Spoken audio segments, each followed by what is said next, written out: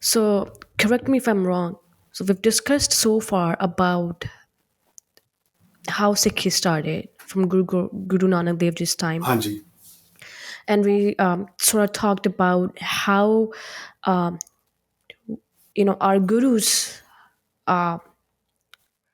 established different points and areas to kind of spread the knowledge about Sikhi, correct? And from Banda Singh Bahadur, as we touched a little bit, we talked about he sort of kind of started the Sikh empire, right?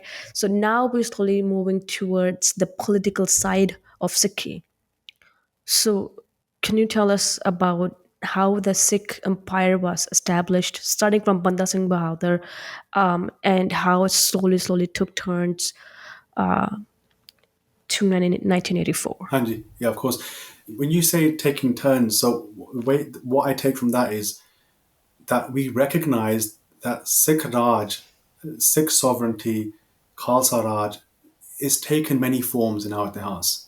So there's various ways in which the Yeah. Sikhs have expressed that Raj. The source of inspiration, ਜਿਹੜੀ ਪਾਤਸ਼ਾਹੀ ਦੀ ਗੱਲ ਹੈ, like ਪਾਤਸ਼ਾਹੀ ਦਾਵਾ, the claims to sovereignty.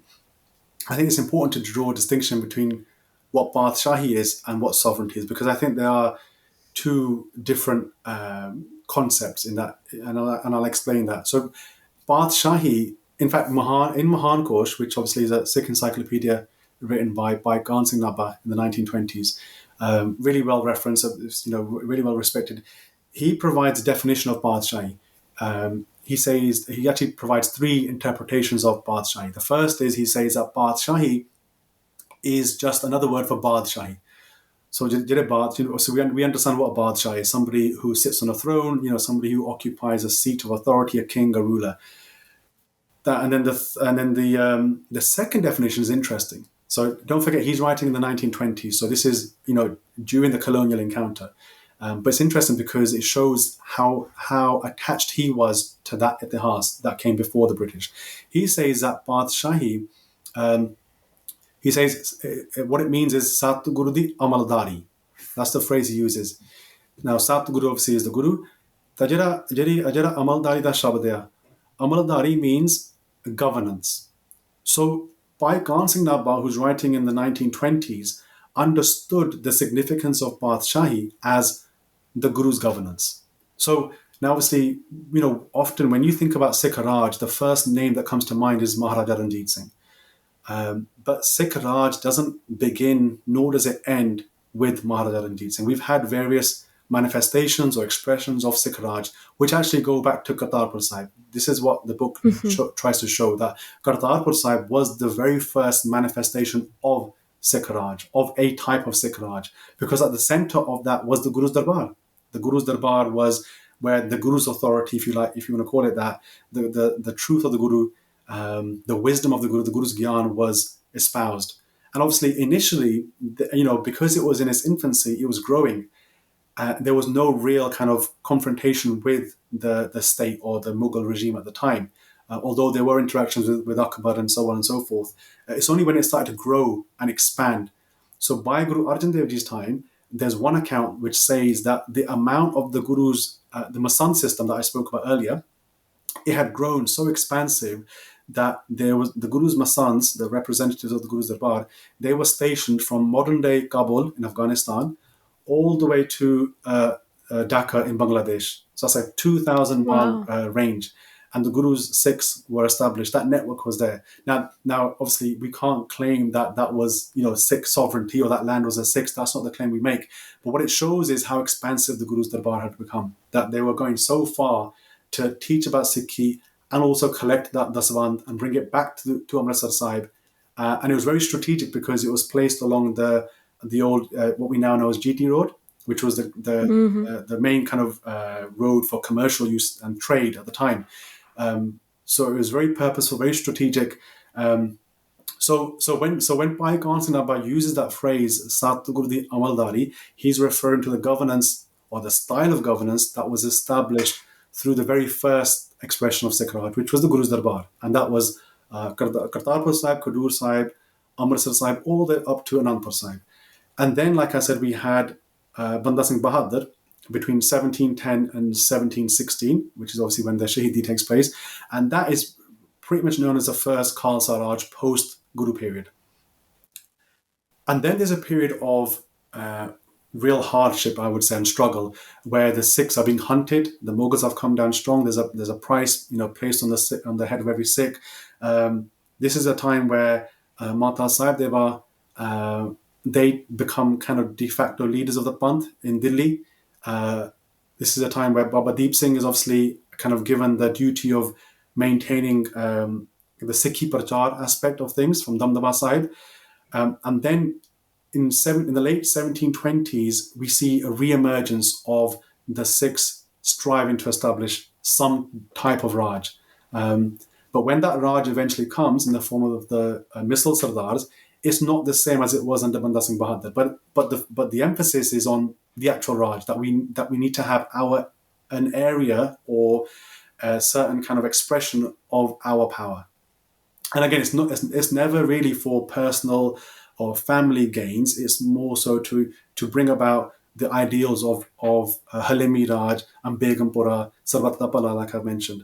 So then we see the rise of the Dal Khalsa, which then become the Misl Sardars. So Misl Sardars, the confederacy of the Misl Sardars, which is then the third expression of Sikh Raj. So we had the Guru's Darbar, Banda Singh Bahadur's Khalsa Raj, the Misl Confederacy, which is around about 1765 to 1799.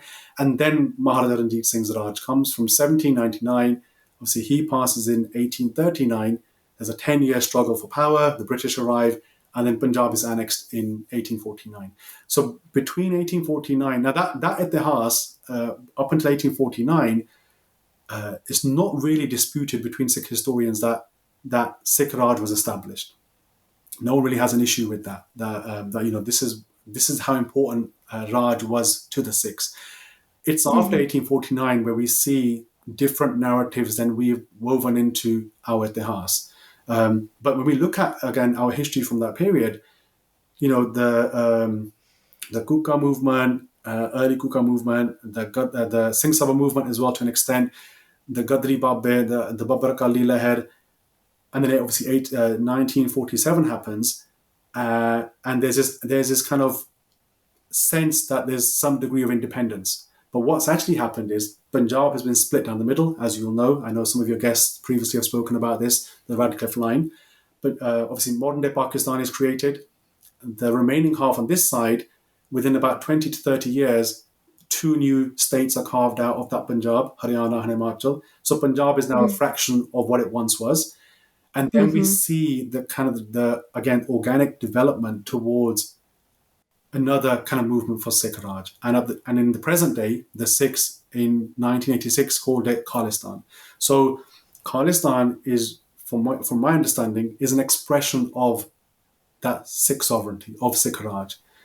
Now, it won't necessarily be exactly the same model that we had under the empire, because we no longer live in a world of empires. Empires have been long extinct. Even the Republic of Banda Singh Bahadur, that was a different model. But the idea that propels it, the inspiration behind Khalistan, comes from centuries of Sikh struggle and Sikh sangharsh. This is why there's a saying in the Sikh world of Raj bina, Dharam bina na Raj chale hai. That without sorry, we start that again. The saying says, Raj bina na dharam chale hai, dharam bina sab dal male hai, koi kisi ko Raj na de hai, jo le hai nij bal se le hai. So this idea of dharam and Raj, again, Miri and Piri, like it's there in all of our Prarthan Granths. And again, going back to the first point I made about, reading and having those accessible, when we read those accounts, and then you can always do a comparative analysis with the works that have been written afterwards, and you'll see it becomes so glaringly obvious the changes in narrative, and actually the importance of Raj is then sidelined. That this is not really in line with the Sikh principles of Sabat Tapala, or langar, or serving, or seva generally. How can it be? How can violence be? But actually, it's a lot more nuanced than that. And those arguments are designed to, I think anyway, break that link. But when you look at our Okay. arts, it's very clear. It's there from the offset.